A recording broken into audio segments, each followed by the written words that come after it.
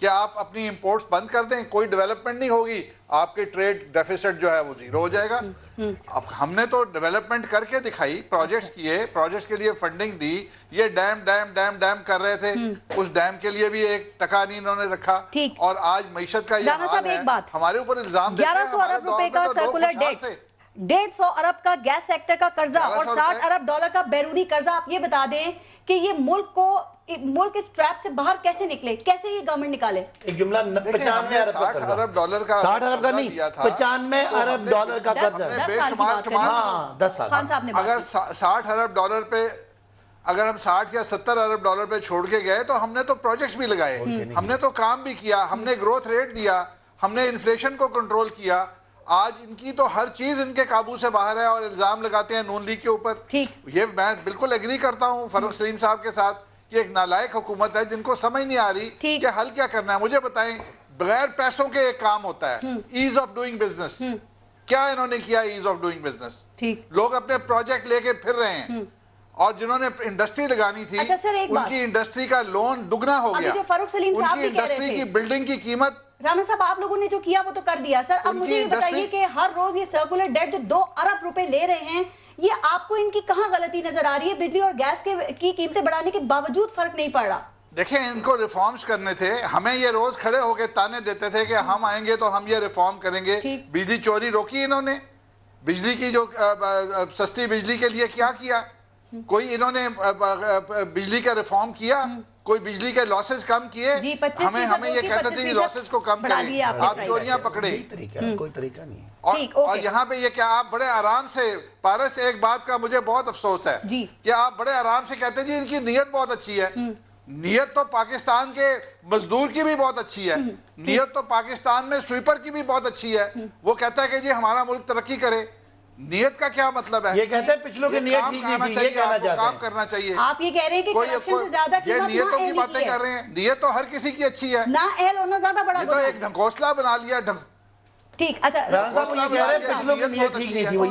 ٹھیک. محسن صاحب, یہ اوور آل جو معاشی پرفارمنس ہے پچھلوں کا کیا پکڑا ہے آپ کیا اس سے مطمئن ہیں سر جو اس وقت ان کی وہ ہے؟ کیونکہ جو عالمی ادارے ہیں نا وہ تو کوئی اچھی تصویر پیش نہیں کر رہے خسارے اور قرضے کے حوالے سے, اور جو وہ ریٹنگز ہیں وہ بھی گرا دی ہیں پاکستان کی. فورن ڈائریکٹ انویسٹمنٹ ریکارڈ لو ہو گئی ہے. میں تو یہ سمجھتا ہوں کہ پہلے دن سے یہ جو ٹیم تھی خان صاحب کی, آپ کا انالیسس ٹھیک تھا جو پہلے دن کیا تھا. میں پہلے دن سے کہہ رہا ہوں کہ اسد عمر صاحب کے بس کی بات نہیں ہے, اور جس طریقے کی یہ پالیسیز لے کے آئے ہیں اور جس طریقے کا انہوں نے انوائرمنٹ دیا ہے, بزنس مین بھاگ گیا ہے, گھر بیٹھ گیا ہے, انویسٹمنٹ نہیں ہے, کاروبار نہیں چل رہا.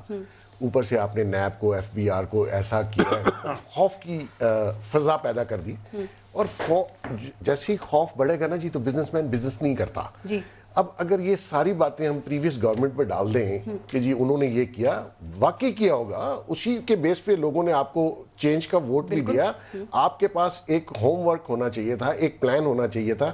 ابھی تک آپ دیکھیے کہ آئی ایم ایف کے پاس جانا ہے انہوں نے, ابھی ریسنٹلی جانا ہے لیکن ابھی تک بھی دیر ہو رہی ہے. نہیں, اس کے علاوہ آپ بجٹ نہیں دے سکیں گے. اگر آپ آئی ایم ایف پروگرام کے بغیر بجٹ پیش کرتے ہیں مئی یا جون میں, تو آپ کو پھر جولائی اگست میں نیا بجٹ دینا پڑ جائے گا. سر یہ صرف ٹیم نااہل ہے یا ان کی پالیسیز میں بھی کنفیوژن ہے, کوئی کلیئرٹی نہیں ہے؟ چونکہ یہ پتہ تاثر کیا دیتے ہیں, ہم دن رات کام کر رہے ہیں اور ہم چھٹی بھی نہیں کرتے. وہ تاثر صرف ایک شخص دیتا ہے, رزلٹ پروڈیوس نہیں ہو رہا. ایک شخص معیشت والا ہی دیتا ہے, باقی تو ٹھیک ہے ان کا سبجیکٹ بھی نہیں تھا, انہوں نے کوشش بھی کی.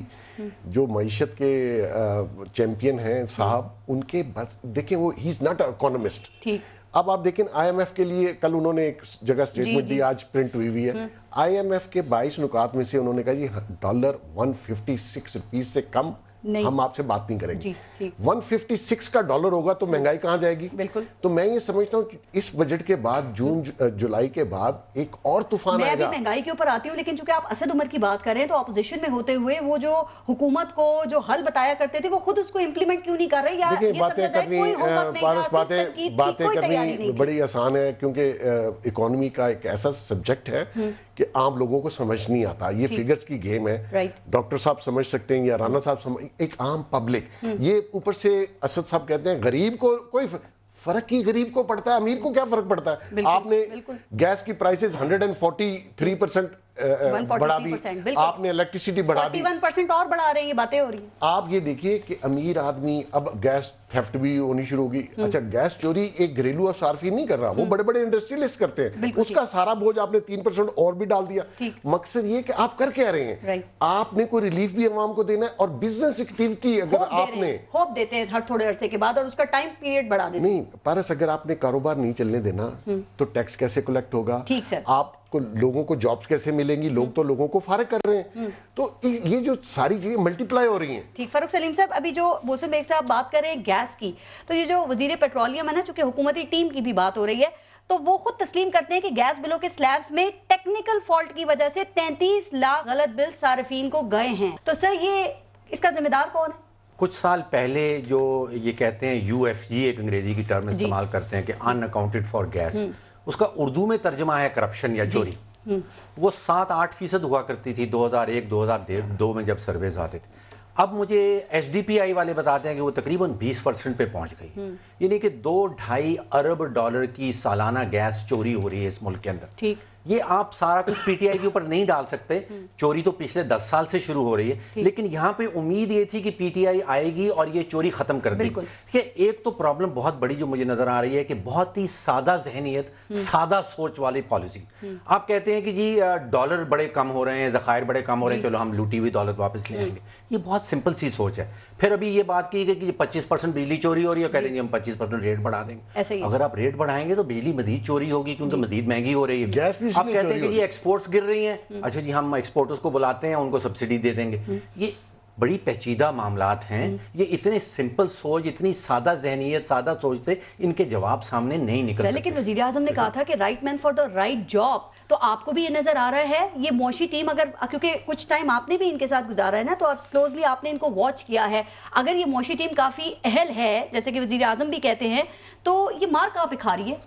دیکھیے اس وقت ایک عام پاکستانی خاندان جو ہے وہ تقریباً 30% اس کا جو تنخواہ ہے وہ بجلی اور گیس میں نکل جاتی ہے. 30% ہم نے روپیہ ڈیویلیو کر دیا. اس کے بعد وہ میں سوچتا ہوں کہ وہ بچوں کی فیس کہاں سے دے گا, کوئی میڈیکل ایمرجنسی نکل آئے تو اس کا کہاں سے معاملہ کرے گا, گھر میں ترکاری, گوشت, باقی چیزیں, بچوں کے یونیفارم کا, یہ اب پورا نہیں ہو پاتا ایک عام آدمی کی زندگی. اور یہ مہنگائی کیوں ہے پاکستان میں؟ کیونکہ حکومت کی پالیسیز ناقص ہیں. آپ کی ایکسپورٹس کیوں نہیں بڑھ رہے؟ کیونکہ حکومت کی پالیسیز ناقص ہیں. آپ کا امپورٹس کیوں نہیں جس تیزی سے گرنی چاہیے کیوں نہیں اس تیزی سے گر رہی؟ کیونکہ حکومتی کی اچھا فورن ڈیٹ, ابھی فورن لونز کی تھوڑی دیر پہلے بات کی گئی. جو فورن لونز ہیں پچھلے 7 مہینوں میں $9.5 ارب کے اضافی فورن لونز لیے گئے ہیں, اور پاکستان کی 70 سالہ معاشی تاریخ میں یہ سپیڈ فورن لونز کی کبھی نہیں تھی. بیرونی قرضہ جات جو ہے, اور قرضہ جات جیسے میں نے آپ کو کہا کہ آپ باقی ساری معاشی پالیسیز بھول جائیں, ان کا لبے لباب آپ کو قرضوں میں نظر آ جاتا ہے. اگر حکومت قرضے زیادہ لے رہی ہے تو اس کے پیچھے جتنی پالیسیز ہیں وہ کام نہیں کر رہی. مہنگائی کی بھی بات کر رہے تھے, دونوں باتیں ہم ساتھ ساتھ ہی کریں. وزیر خزانہ نے اندیا دیا ہے مزید مہنگائی بڑھ سکتی ہے, یہ بتائیے عام آدمی کو مزید کتنا اور ٹیکا لگ سکتا ہے اگر ان کا یہ ٹرینڈ یہی رہتا ہے؟ یہ وزیر خزانہ صاحب نے 100% سچی بات کی کہ لوگوں کی چیخیں نکلیں گی. یو ٹرن لے لیا اب تو انہوں نے کہا, میں نے کہا ہی نہیں لوگوں کی. اچھا پھر لوگوں کی چیخیں نکلیں گی, یہ میں کہہ دیتا ہوں آپ کو بتا دیں, اور اس کی وجہ میں آپ کو بتا دیتا ہوں. دیکھیے اس وقت جو حکومت کا بجٹری خسارہ آ رہا ہے وہ تقریباً 2.5 خرب روپے کا آئے گا. PMLN کے دوران یہ 2 ارب روپیہ ہوا کرتا تھا, تو خسارہ اتنا بڑھ گیا ہے. اب 1,000 ارب کا ٹیکہ عوام کو لگنا تھا جو 500 ارب کا لگ چکا.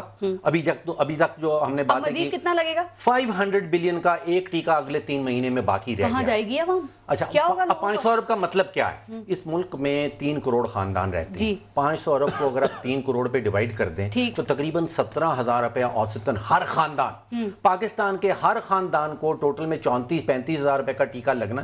آدھا لگ گیا, آدھا لگنا باقی. یہ عام آدمی کو کتنا اور نچوڑیں گے آپ صداقت علی عباسی صاحب؟ مطلب کہ کس طرح وہ اپنے اخراجات کو پورا کرے گا سر, کتنا نچوڑنا؟ پارس بدقسمتی سے جو یہ بات کر رہے ہیں وہ بات صحیح ہے, اور جو مہنگائی کی بات ہے اور جو مہنگائی موجودہ ہے اور آنے والے دنوں میں بھی مہنگائی کا یہ جو ہے پریشر رہے گا اور مزید اضافہ ہوگا, آپ یہ کہنا چاہ رہے ہیں؟ جو آپ تھوڑی سی اگر اس ساری باتوں میں جو مجبوری جس مصیبت میں ہمیں یہ لوگ ڈال کے گئے ہیں اس سے نکلنے کے لیے جو کچھ کیا ہے 5 سال میں نکل جائیں گے آپ؟ میں سن لینا, میں یہ کہنا چاہ رہا ہوں کہ گیس کا ایک تو وہ کیلکولیشن غلط ہوئی, اور وہ کنسرن جو ذمہ دار لوگ ہیں ان کو اس کا 144% آپ نے پھر بھی بڑھایا ہے, 41% مزید بڑھانے کی باتیں ہو رہی ہیں. تھوڑی سی آپ ایکسٹریم, میں تو کہہ رہا ہوں کہ مہنگائی والی بات سچ ہے, اور مہنگائی پہ اگر چیخنا ہے چلانا ہے تو وہ آپ نے 10 سال جن کو برداشت کیا ہے, اب ان کی کیے ہوئے کو ناکام ہو گئے نا, نہیں ناکام تو ہوگے نا, لیکن جو آگ لگی ہوتی ہے اس آگ کو بجھانے میں ٹائم تو لگے گا نا. میں آپ مجھے وہ بات کرنے دیں جو میں بات کرنا چاہ رہا ہوں کہ جو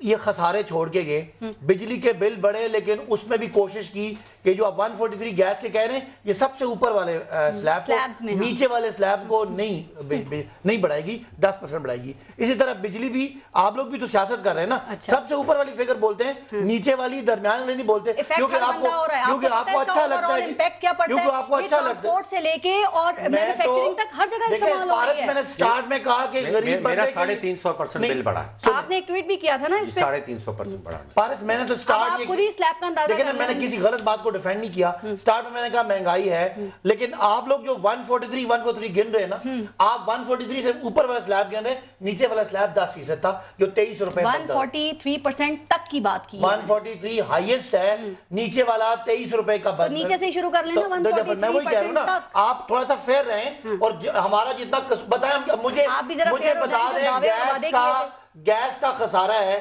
اس کا جو گیس کا برڈن ہے وہ گیس والے پہ ڈالا یا پورے پاکستان پہ ڈالا. 50 لاکھ گھر کیسے بنیں گے, 1 کروڑ نوکریاں کیسے دیں گے, یہ نوکریاں آلریڈی شرنک ہو رہی ہیں, کہاں سے گورنمنٹ کے پاس تو پیسہ ہی نہیں ہے. ایک تو آپ کو پتہ چل گیا کہ مہنگائی کے پیچھے اور ڈالر کرائسس کے پیچھے مسلم لیگ نون تھی. اب اگلی آ جائے بات کہ ہم روزگار کیسے دیں گے اور نوکریاں کیسے دیں گے. دیکھیں ایک بہت بڑا ابھی ہم پہلے ہی سمجھ جاتے ہیں اس کے پیچھے یہ ناکام ہوئے تو بھی مسلم لیگ نون ہوگی. دیکھیں میں جو بات کہہ رہا ہوں, خسارے ان کی وجہ سے, قرضے ان کی وجہ سے, سود ان کی وجہ سے, مہنگائی ان کی وجہ سے. اگر گھر نہیں بنتے ہماری وجہ سے, اگر روزگار نہیں آتا ہماری وجہ سے, اگر کرنٹ اکاؤنٹ کا خسارہ کم نہیں ہوتا ہماری وجہ سے, ایکسپورٹ جو نواز شریف حکومت نے ظلم کیا, تاریخی ظلم کیا, اگر اس سے نہ بڑھے ہماری وجہ سے. یہ رانا صاحب کہہ رہے ہیں امپورٹس کم اس لیے ہوئے کہ ہم نے ترقی نہیں کی. رانا صاحب ذرا مہربانی کریں, لسٹ چیک کریں, کنزیومر لگژریز پہ یہ امپورٹ ڈیوٹیز لگی ہیں, جو آپ کی مشینری ہے, جو آپ کا اکوپمنٹ ہے, جو آپ کا پاکستان میں انڈسٹری سب کچھ برائی ان کی وجہ سے. آپ کن کی وجہ سے ہیں اس ملک میں؟ ہم کیا مطلب کن کی وجہ سے؟ آپ کہہ رہے ہیں ان کی وجہ, سب کچھ ہر چیز کی ذمہ داری ہیں. آپ کس کی وجہ سے؟ غریب عوام کی وجہ سے. ان کا کوئی حال نہیں ہے. میں دوبارہ ایک سوال کرتا ہوں, آپ سارے بیٹھ کے ایک چیز اس حکومت کی غلط پالیسی بتا دیں, میں ڈیفینڈ کروں گا. ایک عمران خان حکومت کا غلط خرچہ بتا دیں. ہمارے تو M N A M B A 18,000 تنخواہیں لے رہے ہیں, ہم ان کی تنخواہیں نہیں بڑھنے دے رہے, اس لیے کہ قوم کی قربانی ہے. ان گنت چیزیں بتا دی ہیں, آپ کے ساتھ ہی بیٹھے ہوئے, ابھی مجھ پروگرام کے شروع سے ہی بتا رہے تھے. انہوں نے ایشوز بتائے, وہ ایشوز ہیں. ہماری حکومت کی نالائکی کی کوئی مثال دیں یا کوئی فضول خرچی کی بات کریں. پہلا جملہ انہوں نے کہا تھا نااہل. نہیں وہ ان کا اپنا موقف ہے, کمال کی بات ہے, وہ ان کا موقف ہے. جنرل کامنٹ نہیں, آپ نااہلی کی پالیسی کی ایک بات بتائیں. رانا صاحب سے کہیں ایک پالیسی بتائیں کہ جو آپ کے خیال میں اس طرح نہیں اس طرح ہوتی, وہ جو زرعی اقوال جو آپ نہیں کر سکے ہمیں بتائیں. رانا صاحب ان کے الزامات کو غلط ثابت کرنے کے لیے کیا دلیل ہے سر؟ پارس سے بڑی نااہلی اور نالائکی کسی شخص کی یا کسی ادارے کی یا کسی پارٹی کی ہوتی ہے کہ بر وقت فیصلے نہ کرنا اور ان کو لے کے بیٹھے رہنا اور یہ اس امید پہ رہنا کہ ہمیں چندہ مل جائے گا, ہم آئی ایم ایف کے پاس نہیں جائیں گے. یہ نالائکی, اور یہ کہتے ہیں نا ایک بات بتائیں. دوسری بات, جو جتنے 2 نمبر لوگ دوسری پارٹیوں کے تھے وہ انہوں نے لے لیے. تیسری بات یہ کہتے ہیں کہ جی ہمیں بتائیں کیلکولیشن غلط ہو گئی تھی اس لیے بل ان کے زیادہ ہو گئے. لوگوں کو تو آپ نے جینا حرام کیا ہوا ہے. جن کی کیلکولیشن غلط کی تھی کس کو لٹکایا آپ نے؟ وہ نیچے کے لوگ ہی قربانی کا بکرا بنتے ہیں. آپ اور بتائیں نا, جنرل پالیسی بتائیں. آپ نے جو قرضے مہنگے کر دیے, آپ نے جو قرضوں کا بیڑا غرق کیا, سود کا ریٹ بڑھا دیا, آپ کا کیا خیال ہے یہاں پہ لوگوں کے ہاتھوں کے اوپر نوٹ اگتے ہیں؟ آپ نے کون سی پالیسی دی ہے؟ انڈسٹری آپ کی ڈاؤن جا رہی ہے, زراعت آپ کی ڈاؤن جا رہی ہے, پھر آپ کہتے ہیں نون لیگ, اب آپ کی ایگریکلچر کیوں ڈاؤن جا رہی ہے؟ اب یہ آئی ایم ایف کے پاس جا رہے ہیں, انہوں نے کہہ دیا ہے کہ ہم نے جانا ہے. As a former finance minister آپ کی کیا پروجیکشن ہے سر, مہنگائی میں کتنا اور اضافہ ہو سکتا ہے؟ ابھی آپ دیکھیں گے ورلڈ بینک کا 2.3 بلین کا لون تھا, 1% کا وہ لون ہے, وہ آپ کے دروازے کھٹکھٹا رہے ہیں. جن 7-8 پروجیکٹس کے اوپر انہوں نے کوئی پروگریس دکھانی تھی وہ نہیں دکھائی, انہوں نے قرضہ روک دیا. اور یہ جا کے 8% کے اوپر لوگوں سے قرضہ لے رہے ہیں, کہتے ہیں ہماری نالائکی بتائیں. وہ آپ کی ایک آپ بتا دیں آپ کہاں پہ لائق ہیں. ابھی آئی ایم ایف جو ہے وہ اپنی جس برے حال میں آپ پہنچے ہیں وہ یہاں سے آپ کے ساتھ بات چیت شروع کرے گا. آپ 2 اگست 2018 میں بات کرتے, آپ کی ریٹنگز جو تھی انٹرنیشنل ایجنسیز کی وہ اور تھی. تو یہ دیر جو انہوں نے لگائی ہے آئی ایم ایف کی طرف جانے میں, آپ کو اس کا کوئی فائدہ نظر نہیں آ رہا. ڈیسائیڈ تو کر لیا انہوں نے جانا ہے, لیکن یہ جو دیر کی میں بات کر رہی ہوں, جو انسرٹینٹی اتنا رکھی انہوں نے. دیکھیں اب آئی ایم ایف والے جو ہیں ہمیں مشکل فیصلے کروائیں گے, اور انہوں نے آپ کے ملک کو سہارا دینا ہے, آپ کے ملک کو اپنے پاؤں پہ کھڑا کرنا ہے. وہ آپ کو اپنے پاؤں پہ کھڑا ہونا آج مشکل ہو گیا. ایک بندہ مقروض ہوتا ہے بہت زیادہ, اس کا پاؤں پہ کھڑا ہونا مشکل ہوتا ہے. ایک بندہ کم مقروض ہوتا ہے, سبسڈیز کو ختم کرو اور جو ڈالر کا ریٹ ہے وہ بڑھا دو. تو یہ اضافہ تو ہم نے آلریڈی پہلے ہی کر دیا ہے نا, تو اب کیا اس کے بعد جب جائیں گے تو مزید اضافہ ہوگا؟ چونکہ اسد عمر کہہ رہے ہیں نا کہ آئی ایم ایف کے ساتھ جو معاملات ہیں وہ طے ہونے کے قریب ہیں, یہی وجہ اس مہنگائی کی. نہیں پارس, آئی ایم ایف یا کوئی بھی بینک, پارس ایک بات کر لوں. جی رانا صاحب کیجئے. یہ کہتے تھے جو اسٹیٹ اونڈ انٹرپرائز ہیں, اسٹیل مل ہے, پی آئی اے ہے, خسارے کر رہا ہے. انہوں نے 7 مہینے میں کوئی ایک ادارہ فارغ کیا, وہ خسارے پہلے سے بڑھ گئے ہیں. پھر یہ بتاؤ, کہتے ہیں ہماری نالائکیاں بتاؤ. بیسیکلی آئی ایم ایف آپ کو پری کنڈیشن بتاتی ہے کہ آپ نے یہ کرنا ہے, اور آفٹر لون کنڈیشنز. تو جو پری کنڈیشن پری لوڈ تھا وہ تو اسد عمر صاحب اور ان کے بڑی ینگ سی ٹیم ہے جو نیگوشیٹ کر رہی ہے آئی ایم ایف کے ساتھ with no experience at all. اس لیول پہ آپ کو بہت ایکسپیرینس والے لوگ چاہیے ہوتے ہیں. اب جو pre condition I am F نے آپ کو دی ہے وہ آپ نے ٹک مار کر کے آلموسٹ آپ روپیز کو گرا کے وہاں تک لے گئے. بٹ دا لاسٹ انہوں نے پھر کہا ہے کہ 156 روپیز پہ آئے آپ. تو اس سے یہ سارا پتا چل رہا ہے کہ آپ نے جو پری کنڈیشن میچ کرنی تھی وہ جانے سے پہلے آپ نے کافی حد تک کر لی ہیں. 19-20 کا فرق ہے, وہ میرے خیال میں آپ اس مہینے اور کر دیں گے. 40% آبادی خط غربت سے نیچے زندگی گزار رہی ہے پاکستان کی, تو اور بڑھ گئی تو کیا اور زیادہ بڑھ جائے گی خط غربت سے نیچے آبادی. آئی ایم ایف کا پروگرام اگر آپ پہلے ہی جیسے رانا صاحب نے کہا لے لیتے تو بہت اچھا تھا. آپ چائنا, سعودی عرب, یو اے جا رہے تھے, وہ بھی اچھا ہے, آپ ایکسٹرا اگر لے سکتے تھے. لیکن آپ نے ڈیلے کیا ہے, کنڈیشن آپ ساری میچ کر گئے, آپ نے پرائسز سبسڈی ساری ختم کر دی. اس وقت دیکھیں ان کو 7واں ہوئے آئے ہوئے, ایک بھی سہولت بزنس مین کو یا عوام کو انہوں نے نہیں دی. اور تو کیا ایسا لیول آ سکتا ہے کہ یہ مسئلہ حکومت کے لیے کسی انریسٹ کی صورتحال پیدا کرے؟ میں یہ سمجھتا ہوں, دیکھیں نون لیگ کا, پیپلز پارٹی کا ملنا, آپ کا چوتھا بجٹ آپ لا رہے ہیں, ایک بجٹ نون والے دے کے گئے تھے, 3 بجٹ آپ لے کے آ رہے ہیں, چوتھا بجٹ ہوگا. جس ملک میں 4 بجٹ ہوں وہ اس ملک میں کاروبار نہیں ہوتا. اس ملک میں بزنس مین کیا خاک بزنس کرے گا جس میں 4 بجٹ آ جائے, پتہ ہی نہیں کہ بجٹ میں ہونا کیا ہے. اب جولائی کے بعد آن ورڈ جو صورتحال ہوگی میں سمجھتا ہوں کہ گورنمنٹ کے لیے کمفرٹیبل نہیں ہوگی. آپ جواب دے دیں پھر میں آگے چلا چلوں. پہلی تو بات رانا صاحب نے کوئی ایک غلطی نہیں پوائنٹ آؤٹ کی. میں نے کہا تھا بتائیں کہ بہت ساری بتائی ہیں, انہوں نے کیا وہ بول کہا نا ان کے تمام ایگریکلچر ٹھیک نہیں ہے, پالیسی یہ نہیں ہوتی کہ کہہ دینا ٹھیک نہیں ہے. انہوں نے ایک غلطی بتائی کہ یہ آئی ایم ایف کی طرف لیٹ گئے, یعنی دیر کر دی فیصلوں میں. چلیں ان کا خیال ہے, ہمارا خیال ہے کہ ہم آئی ایم ایف کے پاس لیٹ کے نہیں جائیں گے, اپنے کھڑے ہو کے جائیں گے, اور ہم اس پہ کھڑے ہو کے.